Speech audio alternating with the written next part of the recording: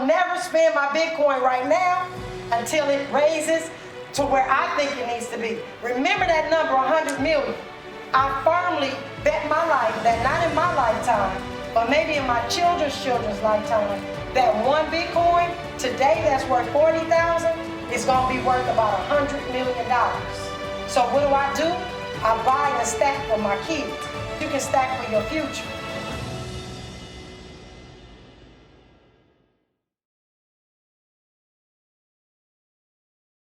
Hello. All right. Hello, everyone. And welcome to Ahead of the Crypto Curve, where we are creating Satoshi millionaires, one family at a time, one Bitcoin at a time, one Satoshi at a time. And that, my friends, means you. I am your host, Najah Roberts, aka Young Harriet, and it is my mission in life to lead my people out of financial slavery. And I'm really excited about today. I have a guest in studio, and so it's a big, huge surprise. But this gentleman's reputation just absolutely is just awesome. And so I'm going to be introducing him in a little while. And we are going to do a little bit of, we're going to kind of do our show a little bit differently today because I do have him in the studio and we want to hear all that he has to share. We have some of the world's problems that we need to solve where cryptocurrency meets medicinal and recreational marijuana. So we're going to be talking about that. And yeah, what does that have to do with the crypto space? Well, you're going to find out about that in just a few minutes. But I first really want to talk to you all about a couple of things that I'm doing, that I'm working on as it relates to cryptocurrency. As we know, the price of Bitcoin always fluctuates up and down, and really the only big news right now is the price action as it relates to Bitcoin. But we all know that we are really focusing on stacking Satoshis, not necessarily what the price is right now, because we want to make sure that we're just doing our dollar cost averaging, our $6 a day, or $6 a month, $6 a week, whatever that looks like for you, $100, whatever that looks like. We want to make sure that we're doing that. But I do want to make sure that those of you that are listening that are in the DC area, those of you that are close to the DC area, we are protesting on Capitol Hill. In fact, we will be talking to some of the senators and Congress people about blacks and Latinos being in this cryptocurrency space. We're going to Capitol Hill on April the 4th. That is going to be from 11 a.m. to 5 p.m. And we want them to know that we are here in this space. We are not invisible. We, meaning black and Latinos, are in the cryptocurrency space more than any other demographic of individuals in this world. And we want to make sure that they are hearing our side and what we understand and what we need to know, because we know our community best. So what we're asking them to do is stop asking other people about what's good for us and ask us. We're here. We're going to be in their face, and we're going to let them know that we are a force to reckon with, even though they keep ignoring us. And it's not just myself. They'll probably, the call was out for about 500 to 600 people that are in the cryptocurrency space. So we hope to have some of you out that are in that area. I'm flying in to that area specifically for this. It was super important to me. Didn't matter how much the ticket was. We just needed to be there because this is, again, a historical moment. I keep on telling you all, everything that we do in this cryptocurrency space is history, and we are making it. We are making it up as we go, and so there is no right or wrong to this space. Just really us paying attention and really carving the way and making a path for those that come behind us, and that is what this thing is all about. And so today, in observance of our Women's Her Story Month, I have a quote, and this quote says, "The question is not who is going to let me. The question is, who is going to stop me?" And that was a quote by Margaret Thatcher. And that was for Women's History Month. And so today, as we celebrate women in this space, in this world, and all the things that the women bring, we just want to say thank you to each and every one of you. I don't have a young lady that I'm going to honor today, only because we have this special guest. And we want to jump right into his what he's doing and what he has going. But before we bring him on, ladies and gentlemen, today we're going to be talking about NFTs, non-fungible tokens. Now, we have had a ton of people, African American, Black, whatever, however you choose to be called, as well as Latinos that are getting into this NFT space. And so we're having so many people call and saying, well, what is the NFT? What the heck is an NFT? And so an NFT is a non-fungible token. It is a token that is definitely held on the blockchain. Depends on what blockchain. Remember, I'm always telling you there are different blockchains, and we're going to talk a little bit about that, but it's held on the blockchain, and it is unique. It is one of a kind. There should not be a replication of it. And again, when we talk about what blockchain it's on and all of those things, that has all to do with some of the factors. I know a lot of them are not decentralized. Some of them are decentralized, but we've got to make sure that we're understanding, what an NFT is. It is a token. So when we talk about that asset class called cryptocurrency, Bitcoin being one of the coins on under the header of cryptocurrency, just like under the heading stock, you would have Nike stock, Tesla stock, Kaufman and Broad, which are homes. All of those stocks fall under there. Well, under cryptocurrency also falls these tokens, non-fungible tokens. And it is exactly that, a token. I say that these are collectibles. So there is no guarantee. None of us are here today to provide any financial service, financial advice, or anything like that. We want to make sure that we're clear. We're not telling you to invest. I am an investor in Bitcoin, and I am a supporter of NFTs because I support my community, those individuals that have their NFTs. And this is a project that I absolutely 100% rock with. And there's two sides to this coin. And so when we come forward, ladies and gentlemen, we are going to hear about this fabulous NFT project. We're going to learn about this fabulous gentleman behind this project.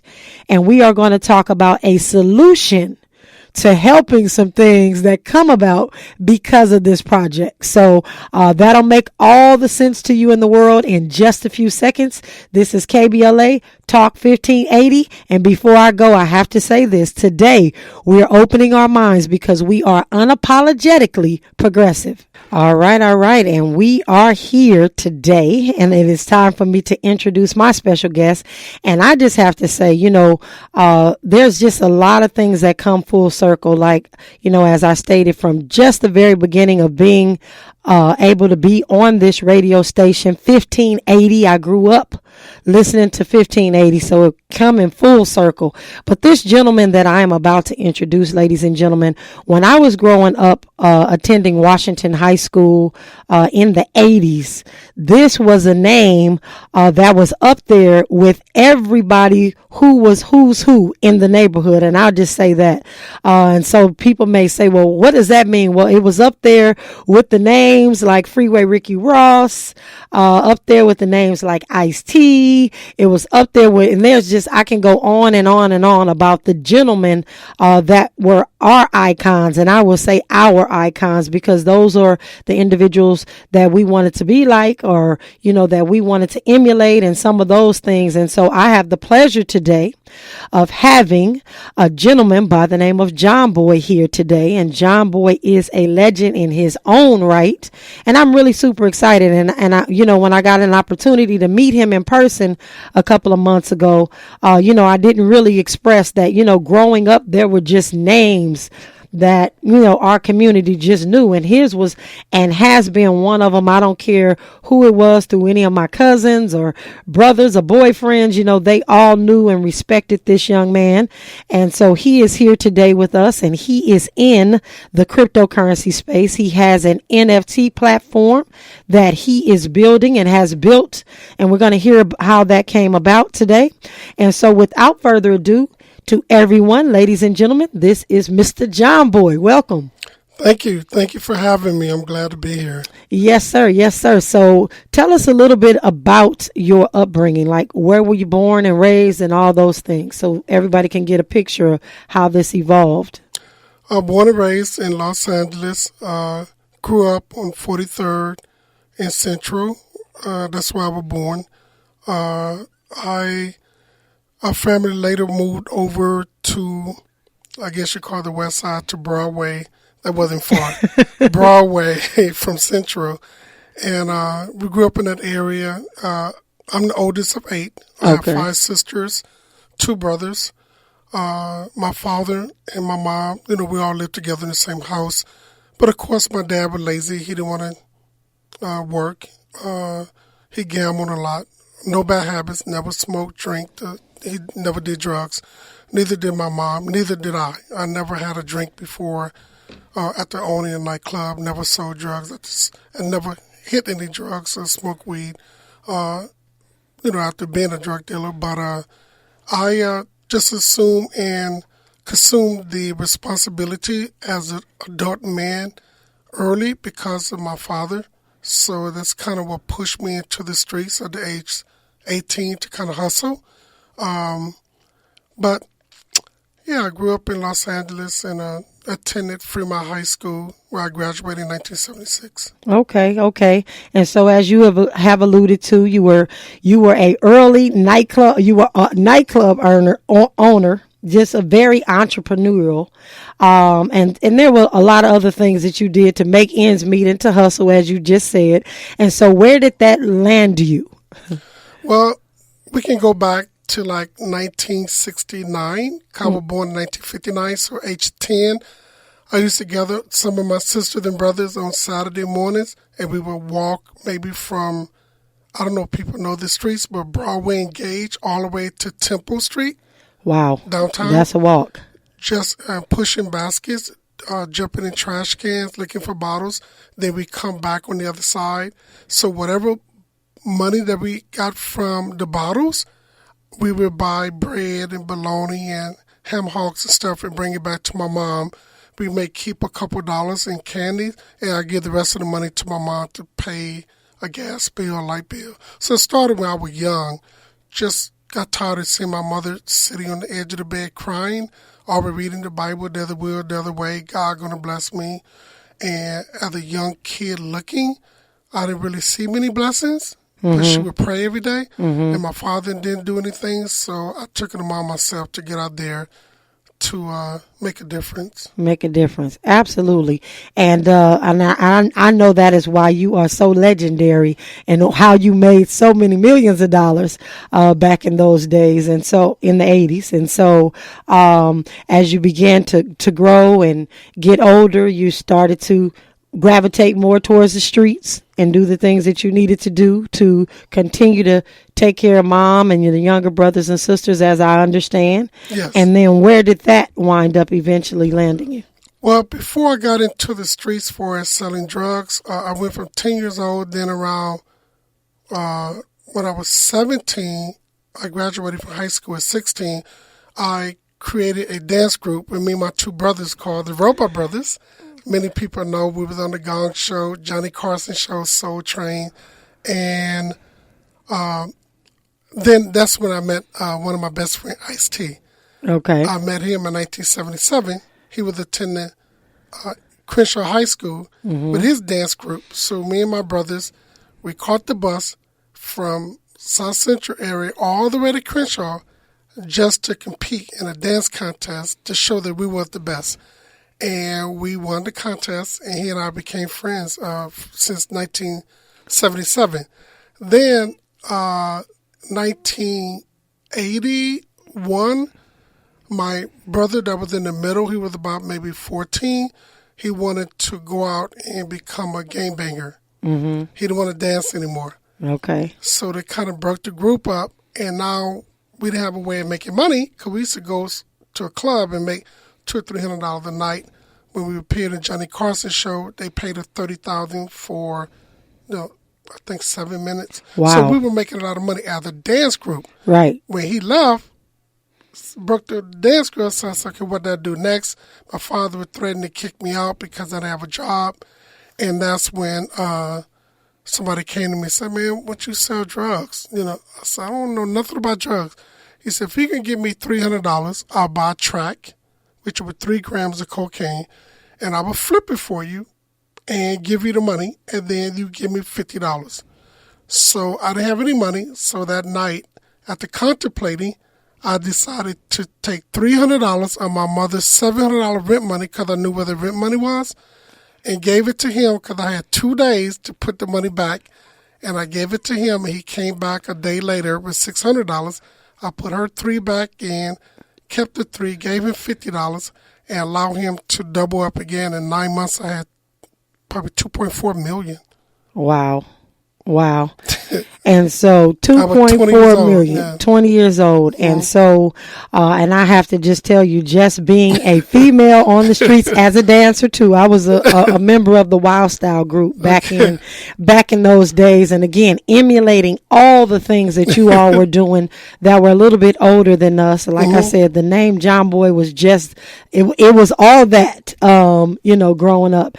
And so $2.4 million, age 20, and then what transpired from there? Well, because I never really wanted to be a drug dealer, I was never want to cut out to be a drug dealer, for number one. But I knew I had to do something to make money. I didn't have no work school, barely graduated from high school. I didn't have any work skills, my mistake.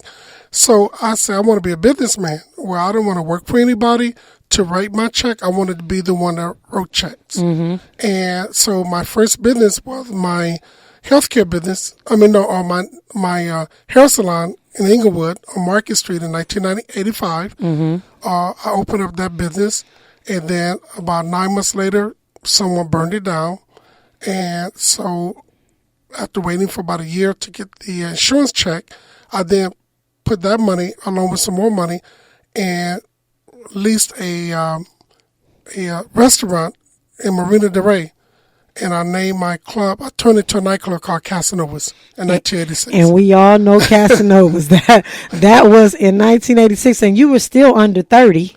Oh, yeah, I think I was 26. You were still under 30 because I was just like 16 around that time. And we used to be in Casanovas. In fact, we had to go and get our ID from downtown so we could be in Casanova. So, and we've probably definitely crossed paths many, many times before we just finally met, in person last month, month before last. But, yes, so entrepreneur by right, just all this time. And so then you wound up doing? Well, I opened up the club in 86 and doing very well. My first year I did like $1.3 million because I owned a liquor license. Mm-hmm. So owning your liquor license is about ownership. Everybody was leasing nightclubs, but the man kept the money because it was his liquor license. So I said, I want a liquor license. So I made a lot of money. And then in 1988, I remember a guy from Washington, D.C. called Rayfield. I don't know if a lot of people know him. Mm-mm. He was multi-millionaire. Yes. He came to my club and offered me $2 million cash on the night of 1988, New Year's Eve. I said, no, I'm not selling my club. And May 5th, 5 months later, I was in jail with a $5 million bond because I decided in April to help a guy that I thought was my friend to buy 225 kilos because I needed the money, because the night of my New Year's Eve, a guy got shot inside of my club on the dance floor. And people were scared to come out to my club. And my expenses was about $25,000-$30,000 a month. So what do? Go back to what you know. Yeah. Go back to just what to you save know. my business. And so, I'm always telling everybody, when life gives you bricks and lemons, you make lemonade, or you take those bricks and you build a mansion. And so you had to do an adult timeout. That's what I tell my children. It's called an adult timeout. Yes. And throughout that adult timeout, you became a creator. Yes. And so tell us how you because this story evolves you all into cryptocurrency, which is just absolutely awesome. But so what did you start doing in prison that creative wise? Well, I did. I ended up taking a deal for 6 years and with the state prison, and I served like half time. And during that time, I was creating and writing my life story. I haven't started doing anything regarding crypto because we didn't know anything about crypto back then. Right. But what I did do, I've been an artist ever since I was young. I mean, I was like 10 years old, and I found my talent that I was pretty good. I mean, I was so good that there was a contest when I was 14 at the LAX airport, and I submitted a picture of an eagle flying around the airport, and I won first place. Wow. At 10 years or 14 years old, 1,500. So I said, "Damn, I'm pretty good." So, but then later, I started selling drugs, running the business. Then in 1987, I had my first daughter. To kind of put your art to the side. But when God gives you a gift, it stays with you. It didn't go anywhere. I just placed it on the side. And then I came home in 1991, and that's when after the not the LA riots, but Rodney King, then that's when I decided to get in the healthcare business because I realized white nurses were afraid to come into black areas to take care of our black elderlies. So I opened up my own healthcare agency to take care of black elderly by hiring black nurses. And I invested, I think, like $75,000 and stayed in business for 13 months. And did like $12 million. Okay. Awesome. So where did this artistic hand that you are now bringing to the forefront come from? Where did the idea, because we haven't announced your actual project yet. We'll save that. But where did the idea come from to create what you created that's now turning into an NFT project? All right, but fast forward to about 9 months ago. I was with a friend. She and I went to go visit some family members, and her nephew said, "Hey, man, have you gotten into the NFTs?" I said, "What are NFTs?" So he explained to me digital art and this. I said, "No, I can draw it." He said, "Yeah, but I saw that blunt head stuff, man. You should make that an NFT." So let's pause right there. So that blunt head stuff. So where did the idea for the blunt heads come from? Well, going backwards, in 1994, I was indicted for overbilling. I think they charged me for $2.5 million overbilling in my Medicare because I hired someone and they were doing overbilling under my, I didn't know, but because I was the owner, the judge said you have to. Absolutely. I was if you did not know, you should have known. That is, and I've heard that too. So just so you know. So I ended up getting 3 years for that, and then they tried to charge me tax evasion for $56,000. I said, "No, I'm going to trial." So I paid $130,000 to a lawyer. Went to trial. They offered me 3 months a deal. I said, "Nope."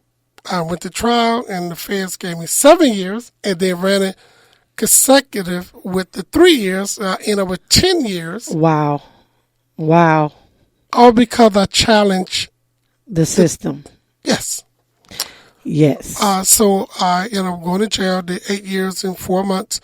And then that's why I said, okay, let me start drawing again. So I started drawing and sketching and stuff. And then the story for the blunt heads happened in 2005, November 6, 2005.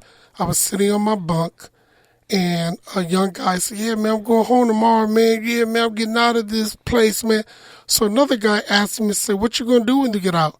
He said, "Man, the first thing I'm going to do, I'm going to get off that bus and buy me a blunt." I didn't know what a blunt was. I think I was 40. I said, "Blunt?" So another guy said, "Yeah, that's when you take a cigar and, put the weed in and wrap it." And so I grab a pen and a piece of paper and I sketch a picture of a blunt. Added face, the eyes, the nose, and I stuck the paper and stuck it in an envelope and said, "I'll get to it later." All right. So with that, ladies and gentlemen, we are up against traffic and news. So when we come forward, we're going to hear about this blunt head project. And this is really a twist of events. So this is KBLA Talk 1580. T-Space is absolutely incredible, but we're going to finish his story, and then we're going to, really bring you all into what's going on and how we are going to change the world, and we're going to cure some of the things that have happened in our community as well through what we're talking about. So don't just think that this is all about blunts and smoking blunts, because you heard the brother say he's never smoked, does not drink. Neither do I smoke or drink. I do not advocate for that particular thing, but folks are grown. They're going to do what they want to do. So with that being said, he started drawing the blunt heads, and then what happened from there? Yeah, I did a sketch of the first blunt, called him Mr. Blunt. Mm-hmm. I folded up the envelope, the paper, stuck it in the envelope because I still had like about 3 more years to go. Mm-hmm. And when I was released in July 21st, 2008, I met with a graphic designer in Culver City that used to work for Disney, and I went to him to ask him could he help me develop it in a more cartoonish way and add colors so it looked more like Disney quality. Right. So I didn't have any money. So my daughter said, well, why don't you go get on welfare and get a welfare check and food stamps, which I did. And I would cash the checks and give the money to him every month to help me develop my character. Y'all don't come over here. We ain't doing look, don't be telling us. But okay, and so you developed your character, and then it blossomed into an actual whole cartoon series. Yes, I started with one blunt head. Now I have 28 characters. I have 5 short episodes called the Blunt Heads. They even have a city. Yes, they have a city called Blunt Hills. So everybody live in Blunt Hills. Like Beverly Hills, for those of you that are anywhere else in the country. Beverly Hills, he's got Blunt Hills. Yes. And I have a nightclub. My nightclub called Casanovas is in Blunt Hills, which I allow my nightclub to be a stage and a platform for new artists or people that used to perform, or rappers, or R&B, or jazz, or spoken words. I want to be able to break new artists on this stage. Okay, so then that leads to the different artists that you are working with, because you have some well-named folks that are working with you in this Blunt Head project. So can you share with us some of the people that you are working with that have been the voiceovers for some of your Blunt Head characters? Yes. My first artist that I went to because we were friends with Ice-T about 9 years ago. I said, Ice-T, I said, I would love for you to be my voiceover for my main character, Mr. Blunt. And I showed it to him, and he read the outline and said, sure, I'll do it. I said, I would like your wife, Coco, to be a voiceover, but not for a Blunt because she's Caucasian, but could she do it for the cigarette that I created. Called Siggy? And he said, yes. So she looked at it and she agreed to the contract. Then I went to Mike Epps and he agreed. And then I went to St. Johnson. He agreed. And then I just had a meeting with TJ Quick last Tuesday. He agreed to come on. He would be the resident disc jockey for the entire nightclub. Wow. Yes. Wow. And this thing is growing. It's fun. Yes. It's growing. And it's a very touchy subject because we are talking about a cigar mixed with marijuana. So we're getting to that part, y'all. We got something for that too. And so you have all of these, you have a star-studded cast that are doing the voiceovers for these Blunt Heads. And then someone asks you, have you heard of this NFT thing? Now, you've been doing this for years. 17 years. 17 years. You've been dealing with the Blunt Heads and the Blunt Heels and all those things and really never had a platform to really help it grow. And then you hear about this thing called an NFT. Yes. So when this person explained to you what an NFT was, were you clear on it, or you needed a little bit more of understanding? Like, how did that work out? I needed more information. I wasn't clear. I didn't know anything about blockchain. I didn't know how they purchase it. I thought they purchased by credit card. I said no, that they purchase with Ethereum. What is Ethereum? So I had to learn. So they gave me material to read. And once I kind of had an idea what it was what it was about. Then I hired my nephew, 35 years old, that's a collector of NFTs, made about $1 million in last year. He said, Uncle, I can run the whole company for you. And I can hire people. So we hire a small contractor and social media. And then we put everybody together. So it's been about 6 months. And About now, 6 months. that it took me to get the contracts all done. So now I have a NFT NFT company. collection, a company. Of 10,000 and 22 signature collections that would probably go for 25,000 and up. Wow. And so, ladies and gentlemen, when I'm always saying you are sitting in history, we are sitting in history. So this gentleman, 7 months ago, had no idea what blockchain was, no idea what an NFT was. Now he has a full-blown NFT company. He has developers.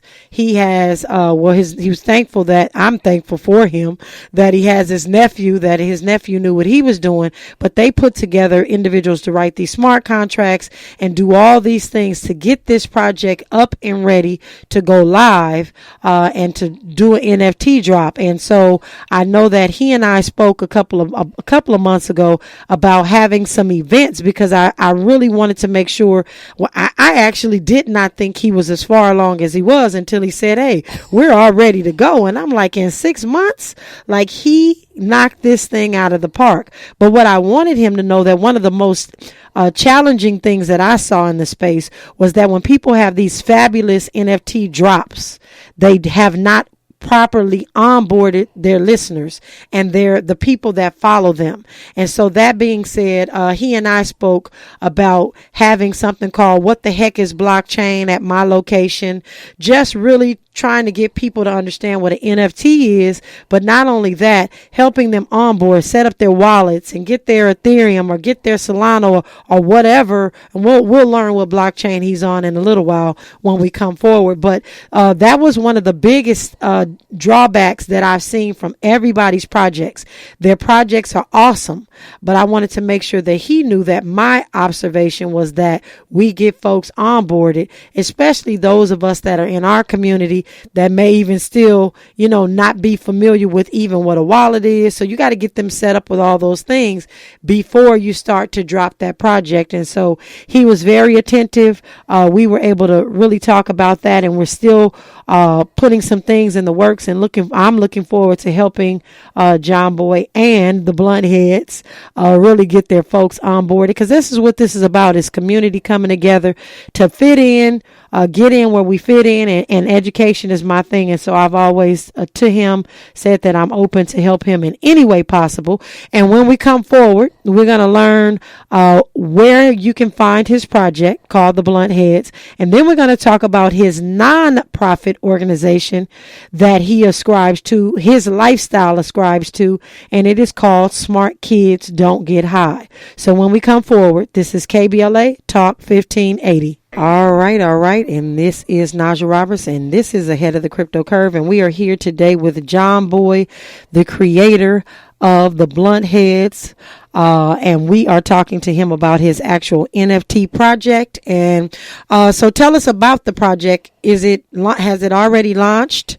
Are you launching? Like, how are you rolling this out? How can people find you? All those things. Yes, we just launched March 1st. Mm-hmm. We had some difficult problems for like 6 hours, and I learned that a lot of people, even Bored Apes, I didn't know they had a problem. But so the last 3 hours that we were live and launching, actually we did like 62,000, which is not bad for 3 hours. No, not bad at all for 3 hours. Yes, so that's pretty good. Pretty good. I would say that's pretty good, my friend. Pretty good. So they can find us at theblunt.com. I have my website there with a trailer of the Blunt Heads, for 30-second trailer. They can also scroll down and see the Ice-T is the voice, not only the voiceover, but he's the representative and spokesperson for Smart Kid Don't Get High. All right, and let's talk about that really quickly, because that is, in my opinion, the most important part of all the things that you're doing. Because yes, you have the blunt heads, and again, he stated he does not smoke, and neither do I. And this was just for fun, but we understand that we do have a real huge problem in our community with our kids getting a hold of marijuana. Be it these gummies, be it whatever, smoking. Unfortunately, at my child's school in the second grade, there was a child that just had to go home about 2 weeks ago because this young lady came to school and had some weed that she actually smoked in the second grade. And so I think that this is really, really important that we talk about his nonprofit, Smart Kids Don't Get High. Let's talk about what the purpose of that organization is. Yeah, but what I wanted to do, I wanted to make sure that I educate children about cannabis and other drugs in this book from kindergarten all the way to 12th grade. I wanted to make sure that they knew about drugs and the cannabis and the harm, even alcohol, other drugs, pills. So I've written the book and with illustration, and along with former Congresswoman Diane Watson. She actually helped me write it, and she wrote a foreword for the book. Okay. And the book been out for about 6 years. My nonprofit been existing for 7 years. Okay. And I just wanted to be able to raise money to be able to provide the book to the kids, because I went to the schools and they claimed that they didn't have any money to buy the books. The book is only $10. Also put together a curriculum, and with the curriculum with the book is $25 per child. And again, they didn't have the money. So sometime I would make money, I would just buy 500 books and just donate the books to the Boys and Girls School, go to school and the Nicholson Garden and just give Hand the books them out. to them. And this is what we call crypto for good. So yes, he's selling his NFTs, the blunt head, but parts of the proceeds from the sale of the blunt heads go to his nonprofit organization, Smart Kids Don't Get High. So, it's twofold, and I think it's absolutely incredible what you're doing. And Crypto Kids Camp is so looking forward to working with you for our aftercare. And when we come forward, ladies and gentlemen, we're going to make sure that you have information on how to contact John Boy. You can always go on my social media and I can connect you directly. But when we come forward, we are going to do our daily dollar cost average so that we can dollar cost average our way to being Satoshi millionaires in this space. So with that, this is KBLA 1580. All right. And so we have Mr. John Boy here, and I want to make sure that you all are able to connect with Smart Kids Don't Get High. So we want you can go to their website, Smart Kids Don't Get High. Is that .org? .org. Okay, so you can do that. And if you want to look at the NFT project, you can go to Twitter, and it's _bluntheads. And when you go to that on Twitter, you can see the link tree, and you can find out all the other social medias that the blunt heads are on. And I'm telling y'all to stay tuned. I'm speaking this into existence. I'm going to be Auntie Blunt-head that's telling them kids going down the street not to be smoking on those drugs. So I told John Boy, I want to be a character too. In the Blunt Hills. But anyway, so ladies and gentlemen, find him there. Again, his name is John Boy, and you can follow me on social media.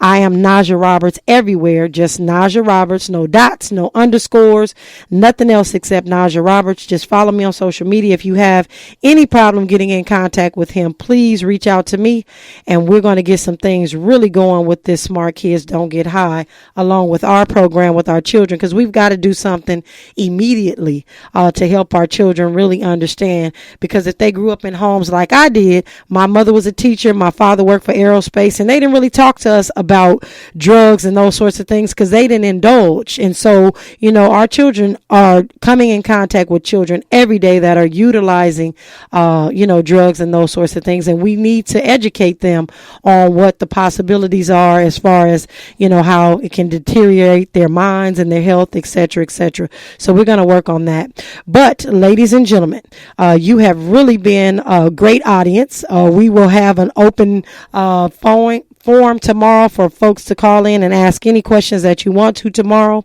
But we are creating Satoshi millionaires, one family at a time, one Bitcoin at a time, one Satoshi at a time. And that means you. And ladies and gentlemen, we have not done our dollar cost averaging today.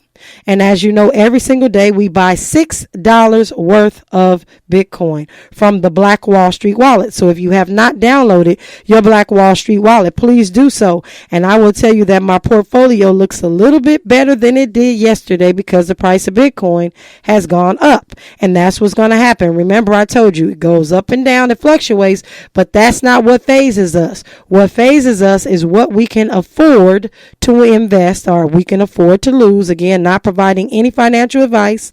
I'm not a financial advisor anymore on purpose.